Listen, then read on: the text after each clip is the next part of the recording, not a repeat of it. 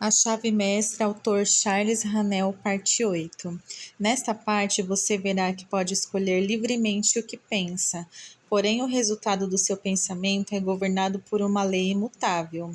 Não é isso um pensamento maravilhoso? Não é maravilhoso saber que todas as nossas vidas não estão sujeitas ao capricho ou variação de nenhum tipo, pois são governadas por essa lei? Esta estabilidade é a nossa oportunidade, porque acatando a lei, podemos obter o efeito desejado com precisão. Esta é a lei que faz com que o universo seja magnífico e harmonioso. Se não existisse essa lei, o universo seria um caos ao invés de um cosmos.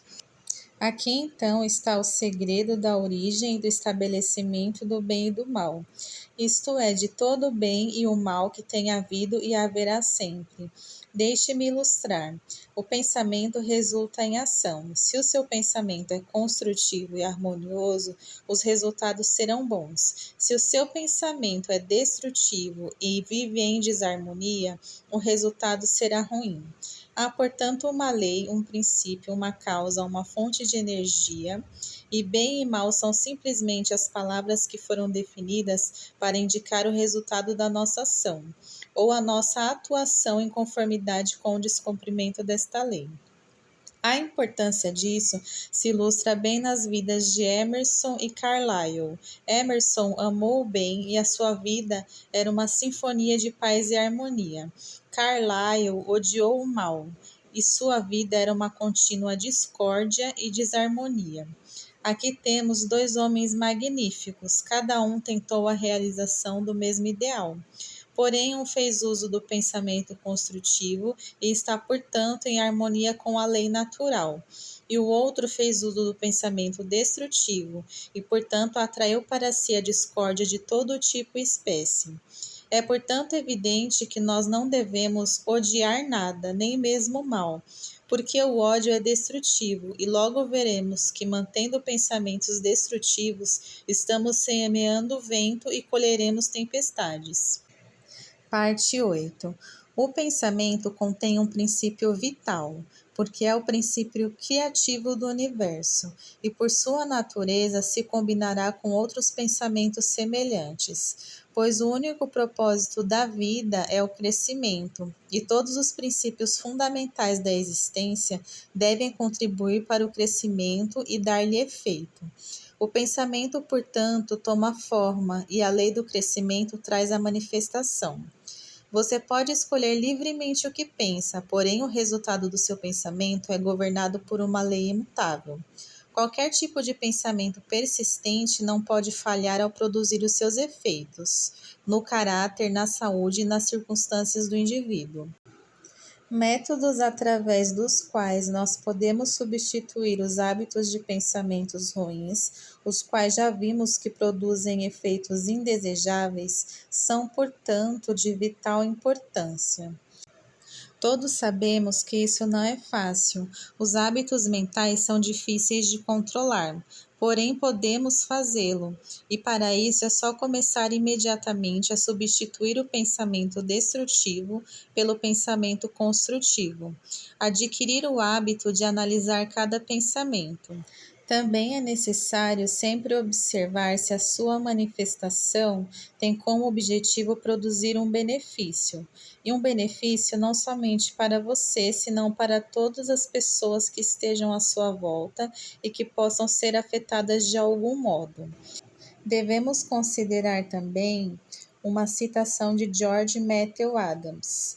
Aprenda a manter a porta da sua mente fechada, de seu ambiente de trabalho, de seu mundo, a todo elemento que quiser entrar sem nenhum propósito útil e definido. Se o seu pensamento foi crítico ou destrutivo e deu lugar a qualquer condição de discórdia ou desarmonia em seu ambiente, pode ser necessário que você cultive uma atitude mental que conduza ao pensamento construtivo. Verá que a imaginação é de grande ajuda nesta direção. O cultivo da imaginação conduz ao desenvolvimento ideal do qual emergirá o seu futuro. A imaginação, ela transporta o material com o qual a mente tece a tela, com a qual o seu futuro se vestirá. A imaginação é a luz pela qual podemos penetrar novos mundos no modo de um pensamento e de uma experiência. A imaginação é um instrumento poderoso pelo qual cada descobridor, cada inventor abriu o caminho que precede a experiência. O precedente dizia: isso não pode ser feito, mas a experiência mostrou: está feito.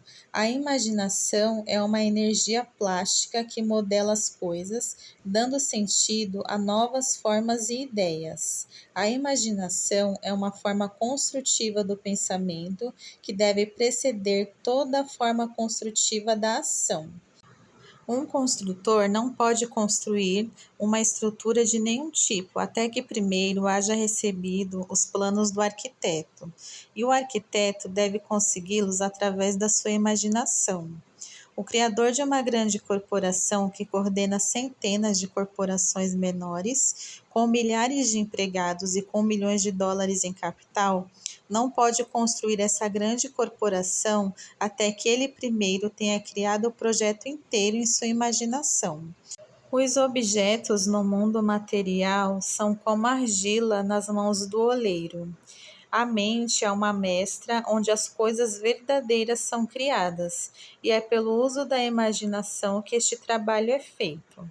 Para cultivar a imaginação, é preciso exercitá-la, e o exercício é necessário para cultivar o músculo mental, assim como o músculo físico, e também deve prover-se de alimento ou não pode crescer. Não confunda a imaginação com suposição, ou essa forma de sonhar acordado com que algumas pessoas se comprazem. O sonhar acordado é uma forma de dissipação mental que pode conduzir a um desastre mental. A imaginação construtiva significa o trabalho mental, considerado por alguns como um tipo mais duro de trabalho. Porém, se o faz isso, retorna maior, porque todas as grandes coisas da vida já vieram aos homens e mulheres que tiveram a capacidade de pensar e de imaginar e tornar os seus sonhos realidade. Quando você está plenamente consciente do fato de que a mente é o único princípio criativo, que é onipotente, onisciente e onipresente, é que você pode conscientemente entrar em harmonia com esta onipotência. Com o seu poder de pensamento, você terá dado um grande passo na direção correta. O passo seguinte é se colocar na disposição para receber o poder, pois é onipresente e deve estar dentro de você. Sabemos que isso é assim porque todo o poder vem de dentro, porém deve ser desenvolvido, realizado e cultivado. E para fazer isso, precisamos estar receptivos. E esta receptividade é adquirida exatamente como se ganha força física, com o exercício. A lei da atração certa infalivelmente lhe dá condições, e o ambiente e as experiências da vida correspondem com a sua atitude mental habitual, característica e predominante. Não o que você pensa de vez em quando está na igreja ou quando lê um bom livro, porque sua atitude mental predominante é a que conta. Você não pode manter pensamentos fracos, prejudiciais e negativos 10 horas ao dia e esperar produzir condições belas de fortaleza e harmonia por tão somente 10 minutos de um pensamento forte, positivo e criativo que você tenha tido neste mesmo dia. O poder verdadeiro vem do interior. Todo o poder possível que qualquer um pode utilizar está dentro do homem e somente espera para ser trazido a visível. Porém, ele primeiro deve reconhecê-lo e aceitá-lo como seu. Todo mundo diz que deseja uma vida abundante, porém muitos acreditam que se exercitam em músculos, fazem uma respiração especial, comem certos tipos de alimentos com propriedades específicas, bebem água todos os dias numa certa temperatura e assim conseguirão a vida abundante que buscam. O resultado desses métodos é válido, mas é indiferente. Todavia, quando o homem desperta a verdade e afirma sua unidade com toda a vida, ele constata que tem uma visão clara, o passo ágil, o vigor da juventude. Ele constata que descobriu a fonte de todo o poder. Todos os erros que cometemos são consequência da nossa ignorância. Ganhar conhecimento traz como consequência o poder, e é o poder que determina o crescimento e a evolução. O reconhecimento e a demonstração do conhecimento é o que constitui o poder, e este poder é espiritual. Este poder é espiritual e se acha no coração de todas as coisas, e é a alma una com o universo. Este conhecimento é o resultado da capacidade de pensar do homem. O pensamento é, portanto, o germe da evolução consciente do homem. Quando o homem deixa de avançar em seus pensamentos e ideais, suas forças começam imediatamente a se desintegrar e a sua face gradualmente mostra essa mudança. Os homens de sucesso fazem seu negócio para levar a cabo as ideias e as condições que desejam realizar. Constantemente têm na mente o passo necessário seguinte do ideal para o qual se esforçam. Os pensamentos são os materiais com os quais eles constroem, e a imaginação é a sua oficina mental. A mente é a força em um contínuo movimento, com a qual são encontradas as pessoas e as circunstâncias necessárias para construir a estrutura do sucesso. A imaginação é a matriz na qual se formam todas as grandes coisas. Se você foi fiel ao seu ideal, você ouvirá a chamada quando as circunstâncias estiverem prontas para materializar os seus planos, e os resultados corresponderão na relação exata à sua fidelidade ao seu ideal. O ideal sustentado constantemente é o que predetermina e atrai as condições necessárias para o seu cumprimento. É assim que você pode tecer um vestido de espírito e poder na tela da sua existência. É assim que você pode conseguir uma vida encantadora e estar sempre protegido contra o prejuízo. E é assim que você pode alcançar uma força positiva pela qual as circunstâncias de riqueza e harmonia são atraídas em sua direção. Isto é o que está impregnado gradualmente e o conhecimento geral. É grande responsável pela inquietude que está evidente em toda parte. Na parte passada, na qual você criou uma imagem mental, você a trouxe do invisível ao visível. Esta semana eu quero que você pegue um objeto e o rastreie até a sua origem.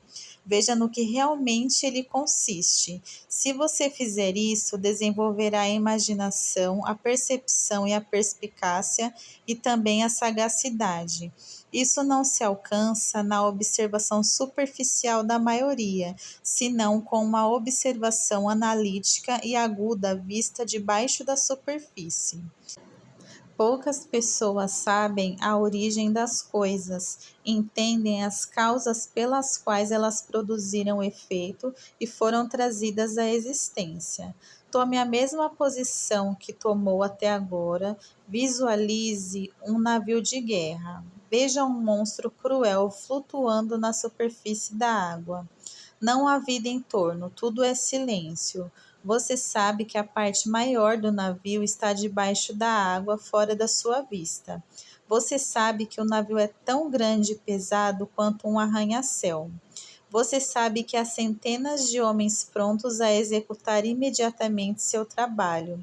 Você sabe que cada departamento está a cargo de oficiais experientes, treinados e capazes que são competentes para tomar conta do mecanismo dessa maravilhosa nave.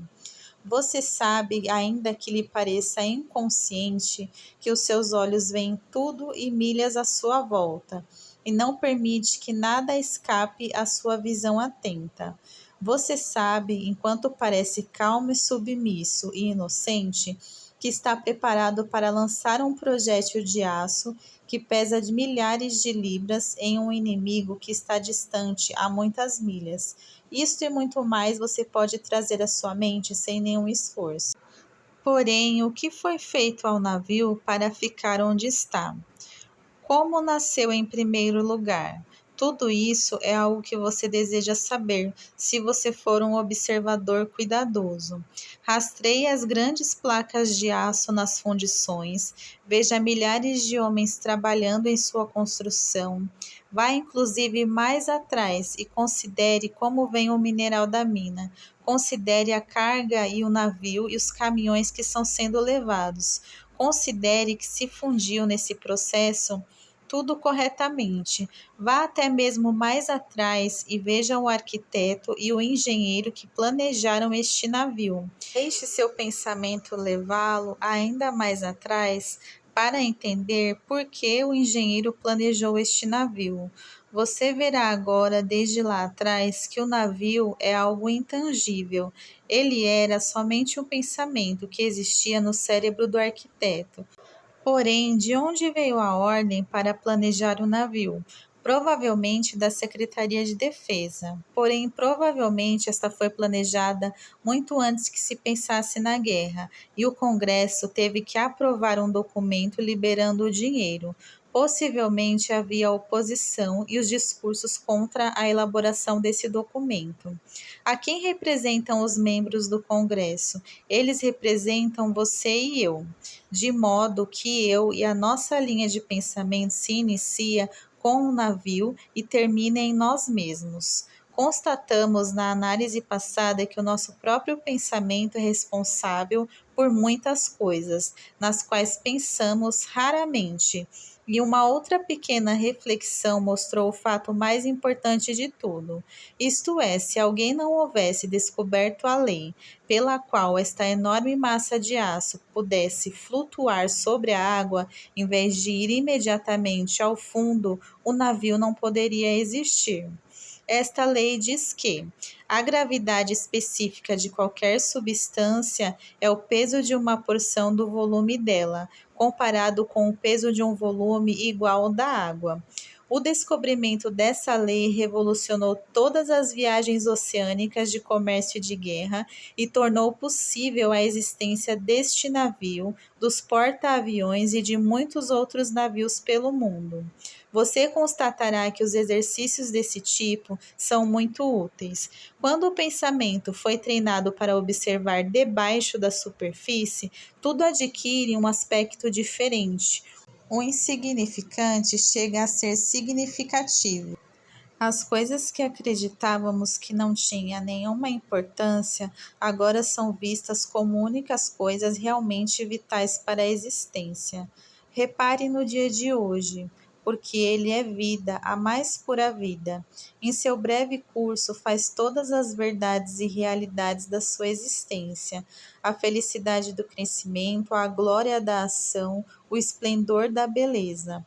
Pois o ontem é somente um sonho e o amanhã somente uma visão.